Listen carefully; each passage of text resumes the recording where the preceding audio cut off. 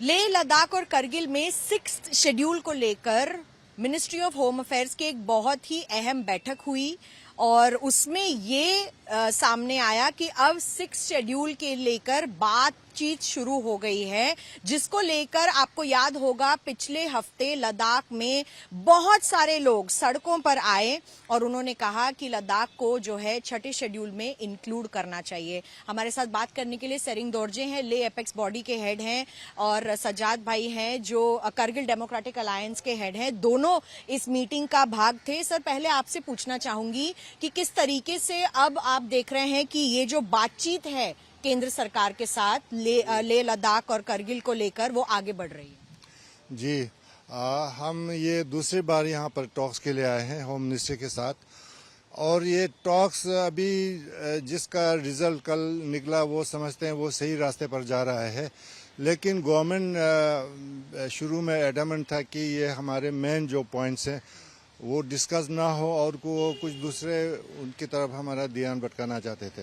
तो हमने कहा वो चीज़ें तो हम डिस्कस करने नहीं आए हैं, हमारा जो मेन मुद्दा है वो सबको पता है, स्टेटहुड और 6th शेड्यूल का मसला जो 4 में से बहुत इम्पोर्टेंट वो है हमारे डिमांड से, उन्हीं के ऊपर हमारा टॉक जो है फोकस होना चाहिए।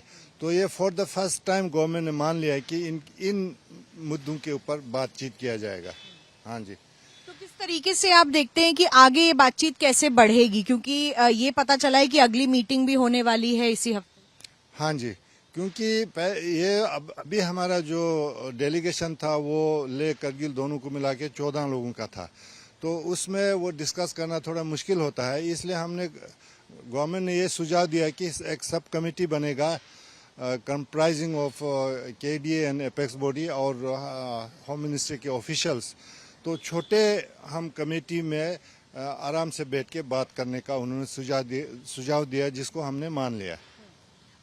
सज्जाद भाई, और क्या क्या बातें सामने आई है मीटिंग में? क्या आप इस मीटिंग को लेकर संतुष्ट हैं इस वक्त?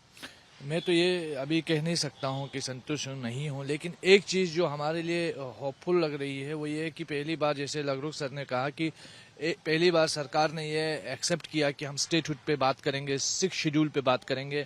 अभी तक बहुत सारे दूसरे इश्यूज को ला करके 6th शेड्यूल और स्टेटहुड और पब्लिक सर्विस कमीशन जैसे जो हमारे अहम क्रूशियल मुद्दे हैं वो डाइल्यूट हो रहे थे।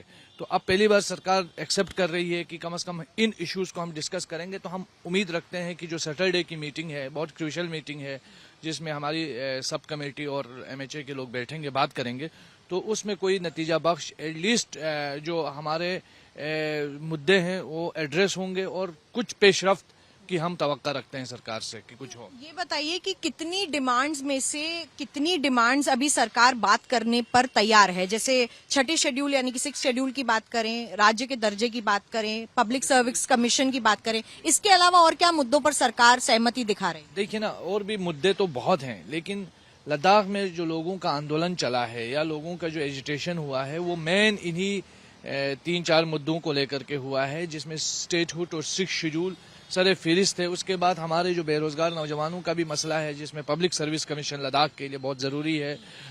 जॉब गेजेटेड पोस्ट की रिक्रूटमेंट का मसला है। बहुत शिद्दत से हमारे जो जवान हैं, पढ़े लिखे लोग हैं, वो बेरोजगार घूम रहे हैं। ये मसला भी बहुत इंपॉर्टेंट है, लेकिन ये तमाम मसले तभी हल होंगे जब हमारा स्टेटहुड और 6th शेड्यूल के इशू पर कोई सॉलिड डिस्कशन होगी और वो उसकी तरफ हम आगे बढ़ेंगे। अब हम तवक्का रख रहे हैं कि सरकार की तरफ से कोई कंक्रीट डिसीजन होगा इस आने वाले सैटरडे की मीटिंग में।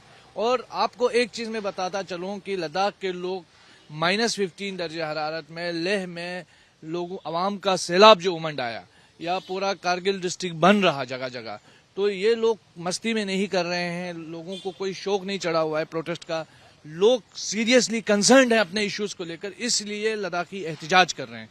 तो अगर सरकार इन इश्यूज को एड्रेस करती है, मुझे लगता है कि ये नेशनल इंटरेस्ट में भी है, गवर्नमेंट के लिए भी बहुत अच्छा है और लद्दाखी अवाम के लिए भी बहुत अच्छा है। सर, चुनाव भी आने वाले हैं अभी देश में, कुछ टाइम में शायद चुनाव की डेट्स अनाउंस होंगी, मॉडल कोड ऑफ कंडक्ट लग जाएगा। ऐसे में अगर आपकी बातचीत इस दौरान बीच में रह जाती है तो आप लोगों का क्या रुख रहेगा? नहीं, हम तो चाहेंगे उससे पहले कोड ऑफ कंडक्ट लगने से पहले गवर्नमेंट कुछ हमें लिखित में एश्योरेंस दे, क्योंकि हमें भी पता है कि अब ज़्यादा समय बचा नहीं है, तो इमीडिएटली तो इसका हमें नहीं लगता कोई गवर्नमेंट डिसीजन ले पाएंगे।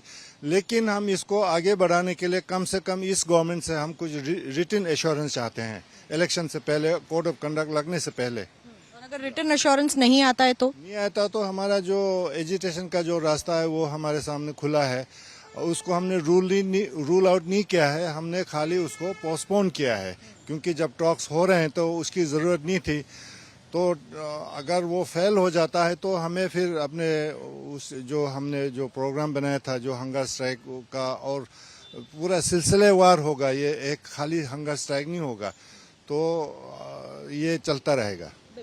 और क्योंकि अभी बातचीत चल रही है सरकार और नुमाइंदों के बीच, तो इसका मतलब यही है कहीं ना कहीं सरकार इस पर काम करना चाहती है। लेकिन एजिटेशन यानी कि आंदोलन का रास्ता अभी बंद नहीं हुआ है, क्योंकि लिखित में अगर लद्दाख को राज्य का दर्जा देने के लिए और छठे शेड्यूल में इंक्लूड करने के लिए सरकार देती है तो शायद बात बन सकती है। बहरहाल इसी हफ्ते एक और मीटिंग होने वाली है और देखना होगा उसमें सरकार का लद्दाख को लेकर क्या रुख रहेगा। पवन कुमार के साथ नई दिल्ली से मिलन शर्मा, आज तक।